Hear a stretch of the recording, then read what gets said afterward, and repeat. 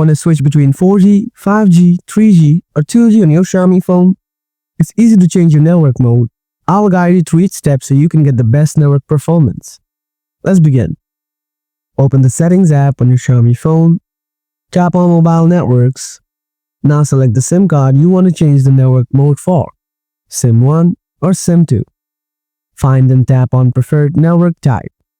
This will show a list of available networks options like including 2G, 3G, 4G, and sometimes 5G. You can select the recommended 4G/5G for the best internet speed.